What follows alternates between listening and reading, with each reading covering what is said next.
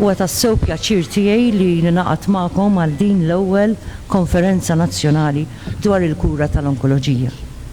Nixtieq nibda dan il-kontribut żej tiegħi billi nsellem lill-infermiera li ħadu l-inizjattiva li jaqdu lill professjonisti ta' Sir Anthony Mamo Oncology Center flimkien biex ittellaw din il-konferenza. Din l-għaqda u din il-kooperazzjoni iġġib magħha armonija bejnietkom, speċjalment f'dan l-ambjent daqshekk sensittiv u ta' tbatija. Din l-għaqda u din il-kooperazzjoni tfisser ukoll ġid kbir għall-pazjenti u għall-familji tagħhom. F'isem il-pazjenti tagħna u l-familji tagħhom nixtieq nirringrazzjakom minn qalbi ta' din l-inizjattiva tant importanti. Il-firxa wiesa ta' riċerka li qed tiġi ppreżentata f'din il-konferenza u li tinkludi sejbiet avvanzati u metodi innovattivi ta' trattamenti juri kemm aħna bħala nazzjon nieħdu dan is-suġġett bis-serjetà. Il-marda tal-kanċer tolqot lil kulħadd b'mod dirett jew b'mod indirett. Bla dubju ta' xejn, il-marda tal-kanċer tolqot lill-familji tagħna, lill-ġirien tagħna, lill-komunitajiet tagħna u lis-soċjetà kollha kemm hi.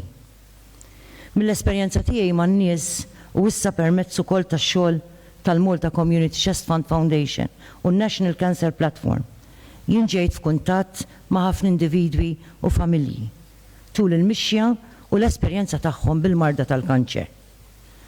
Għalhekk ippermettuli nifraħ lill-awtoritajiet f'pajjiżna għal dan iċ-ċentru tal-onkoloġija li llum qed ikompli jsaħħaħ l-istruttura u l-ambjent dinjituż li bħala poplu nemmnu li għandna nagħtu lill-pazjenti morda bil-kanċer.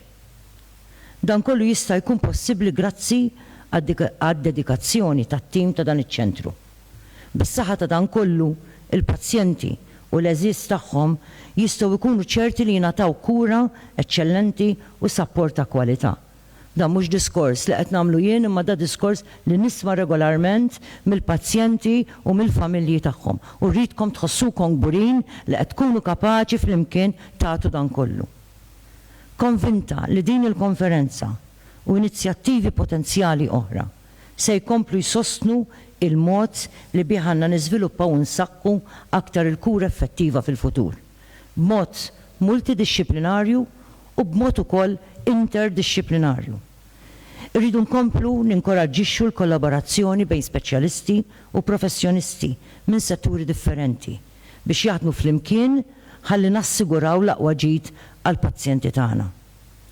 Dil-konferenza tkompli tipprovdi spazji importanti biex inkomplu ninfurmaw u niksbu aktar għarfien dwar il-kura tal-kanċer fil-Gżejjer Maltin. Tagħtu wkoll opportunità direttament lilkom biex taħsbu, tippjanaw u tiddiskutu biex taraw x'jeħtieġ isir għal quddiem. B'dan il-mod inkunu qed nindirizzaw ukoll b'mod proattiv it-tħassib li jiffaċċjaw kemm il-pazjenti kif ukoll dawk li jieħdu ħsiebhom. Bħalma tafu huwa stmat li fl-Unjoni Ewropea madwar 700 raġel u iktar minn 540,000 mara jmutu kull sena minħabba l-kanċer. Dan ifisser li 29% tal-irġiel u 22% tan-nisa tal-imwiet kollha fl-istati membri huma kawża tal-kanċer. Barra minn hekk bħalma konvinta li intkom informati, skont id-dejta miġbura mill-għaqda dinija tas-saħħa l-ħu, fil-waqt li x-xejriet ta' mwiet minn ċerti tipi ta' kanċer f'Malta naqsu, l-inċidenza tal-kanċer tal-prostata fl-irġiel, l-inċidenza tal-kanċer tas-sider fin-nisa, l-inċidenza tal-kanċer kolorektil u tal-pulmun baqgħu jiżdiedu. Huwa ta' sodisfazzjon però li nirrikonoxxu li minkejja dan it-tħassib fiż-żieda tal-inċidenza ta' ċertu kansers f'Malta saru avvanzi kbar fl-għarfien ta' dan il-mard. Huwa ta' sodisfazzjon ukoll li llum f'pajjiżna żdied bil-kbir l-għarfien u s-sapport għan-nies biex ifittxu l-attenzjoni medika minn kmieni. Madankollu jibqa' dejjem il-bżonn li nfittxu aktar permezz ta' studji u riċerka għaliex ċerti tipi ta' kanċer qed jiżdiedu f'pajjiżna. minkejja li nafu li hemm ċerti tipi ta' kanċer li l-bniedem ma jistax jevita. Iżda nafu wkoll li hemm ċerti tipi ta' kanċer li l-bniedem jista' jnaqqas ir-riskju għalihom. Dan jgħod speċjalment jekk ir-riskji jkunu fl-ambjent ta' madwarna, bħall-arja li nieħdu nnifs minnha, l-ilma li nixorbu, l-ikel li nieklu, jew il-materjali li nużaw fuq il-postijiet tax-xogħol. Għalhekk huwa essenzjali li naħdmu flimkien biex mhux biss l-ispeċjalisti u l-professjonisti fis-settur, iżda wkoll flimkien ma' stakeholders oħrajn li jaffettwaw direttament l-ambjent u setturi oħra li naturalment jimpaktjaw direttament fuq l-inċidenza tal-kanċer.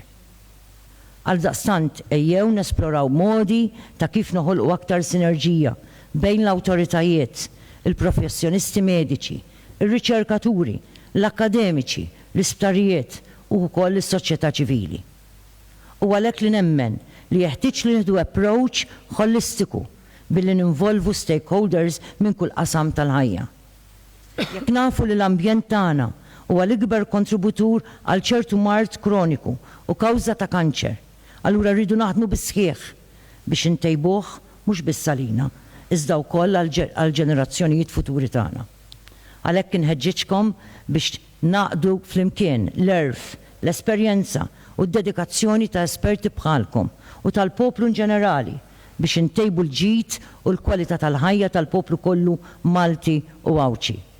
Ninsab ċerta li se jkollkom konferenza mill-aktar interessanti, diskussjonijiet li se jħallu l-frott u jien verament ninsab ħerqana biex nkun naf il-riżultat tad-deliberazzjonijiet tagħkom.